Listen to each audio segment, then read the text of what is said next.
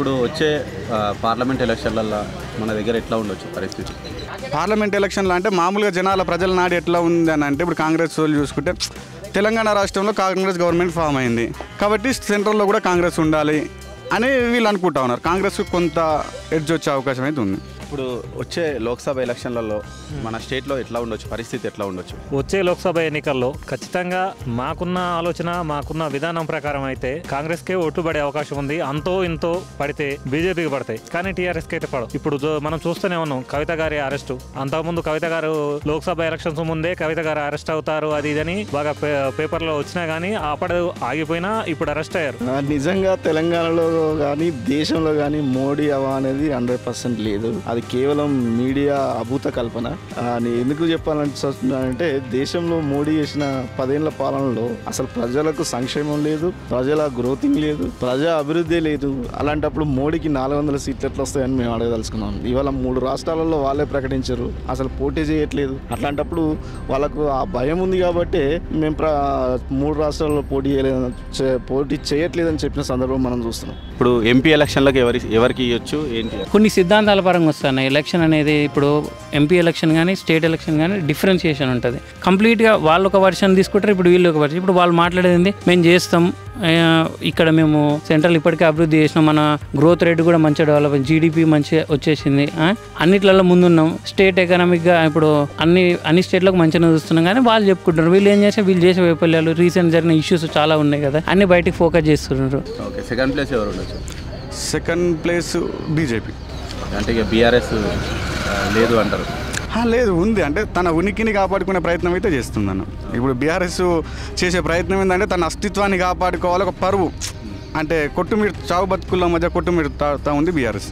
అదేవిధంగా ఇవాళ తెలంగాణలో చూసుకుంటే తెలంగాణలో వాళ్ళు 4 వచ్చినాయి గతంలో, కానీ ఇప్పుడు 2 వస్తాయనేది కూడా గ్యారంటీ లేదు. ఇప్పుడు ఏంటంటే నా అనాలిసిస్ ఏంటంటే అక్కడెక్కడ వస్తుండొచ్చు. ఇప్పుడు టీఆర్ఎస్ పట్టున్న ఏరియాలు మెదక్ కానీ కొన్ని ఏరియాలు ఉన్నాయి, అక్కడ వాళ్ళకి ఎడ్జ్ ఉంటుంది. ఇప్పుడు సౌత్ మొత్తం కంప్లీట్గా నాకు తెలిసి కాంగ్రెస్ ఎడ్జే ఉంటుంది. ఎందుకంటే కంప్లీట్ నార్త్కి సౌత్కి చాలా డిఫరెన్స్ అన్న. అంటే ఓటు పోలరైజేషన్ అయితే చాలా వేరియేషన్ ఉంటుంది. నార్త్ వేరే ఉంటుంది, సౌత్ వేరే ఉంటుంది.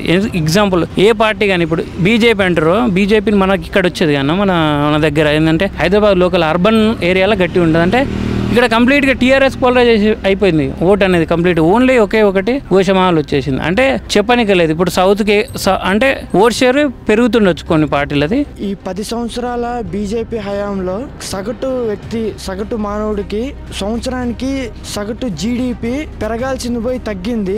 అంబానీ, అదానీ గారుల యొక్క సగటు జీడిపి 1000 రెట్లు పెరిగింది. దీనివల్ల అదిగాక మత కల్లోలాలు సృష్టించడం ఈ బీజేపీ మొత్తం దేవుడి పేరు చెప్పి రాజకీయాలు చేస్తుంది.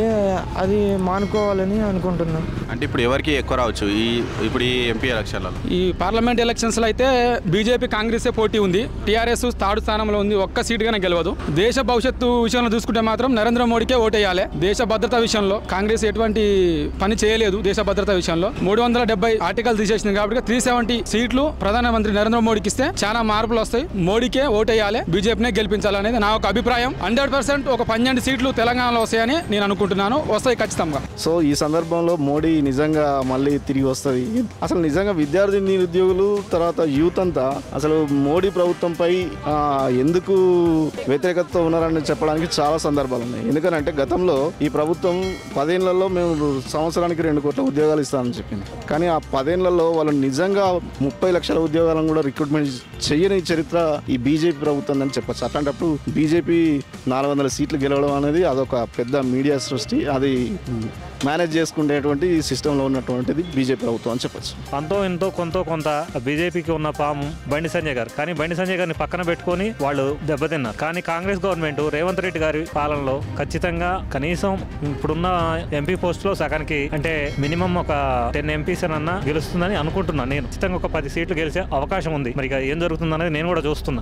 సిజిఎస్టీ, ఎస్జిఎస్టీ అని చెప్పి జిఎస్టీలు ఇంతకు ముందు కుటీర పరిశ్రమలు కానీ ఏదన్నా బట్టల షాపులు ఇలాంటి వాటికి పూర్వం 100 రూపాయలు కొంటే 10 రూపాయలు అదనంగా వచ్చేది. ఇప్పుడు అలాంటిది 100 రూపాయలకి 100 రూపాయలు మన సరుకు కొంటే 90 రూపాయలదే సరుకు వస్తుంది, 10 రూపాయలు ఎక్స్ట్రా జిఎస్టీ పడుతుంది. అదే కేంద్రంలో రాహుల్ గాంధీ గారి ప్రభుత్వం వస్తే ఈ సిజిఎస్టీ ఎస్జిఎస్టీలు మొత్తం పోయి ఒకటే జిఎస్టీ అని అది అమలు చేస్తామంటున్నారు గట్టిగా. ఇప్పుడు పార్లమెంట్ ఎలక్షన్లలో మరి కాంగ్రెస్ కు ఎడ్జ్ ఉంటుందా లేదా ఎట్లుండొచ్చు? ఈ పార్లమెంట్ ఎలక్షన్ లో అంటే కాంగ్రెస్ లో ఉన్న వ్యక్తులకు ఎవరికి కానీ టికెట్లు ఇవ్వట్లేరు, బయట నుంచి వచ్చిన వాళ్ళకే ఇస్తారు. ఇంకొకటి ఉస్మానియా యూనివర్సిటీ నుంచి గట్ల గత ప్రభుత్వం టీఆర్ఎస్ ప్రభుత్వం ఒక 3 ఎమ్మెల్యేలను చేసింది, 17 మంది కార్పొరేషన్ చేసింది. మరి కాంగ్రెస్ ప్రభుత్వంలో ఒక కార్పొరేషన్ వ్యక్తి లేడు ఉస్మానియా యూనివర్సిటీ నుంచి చదువుకున్న. ఉద్యమం వహించిన ఉస్మానియా యూనివర్సిటీ నుంచి ఒక ఎమ్మెల్యే క్యాండిడేట్ గానీ ఒక ఎంపీ క్యాండిడేట్ గానీ కార్పొరేషన్ గట్ట లేరు. మరి ఎందుకు ఇస్తలేరు? ఉస్మానియా యూనివర్సిటీని ఎందుకు నిర్లక్ష్యం చేస్తున్నారు? ఉస్మానియా యూనివర్సిటీ నుంచి ఎంపీ క్యాండిడేట్లని తక్షణమే కేటాయించాలి. కార్పొరేషన్ పదవులు గట్ల 10 కార్పొరేషన్ పదవులు ఉస్మానియా యూనివర్సిటీ విద్యార్థులకు ఇవ్వాలని ఉస్మానియా యూనివర్సిటీ నుంచి డిమాండ్ చేస్తున్నాం. ఇప్పుడు కేసీఆర్ కూడా ఏం తీసేయడానికి లేదు, ఆయన కూడా పుందుకొస్తుండొచ్చు. అంత ఈజీ ఎవరికి అంత ఏం లేదు. కాకపోతే అధికార పార్టీ కదా కాంగ్రెస్ కొంచెం ఎడ్జ్ ఉంటుంది.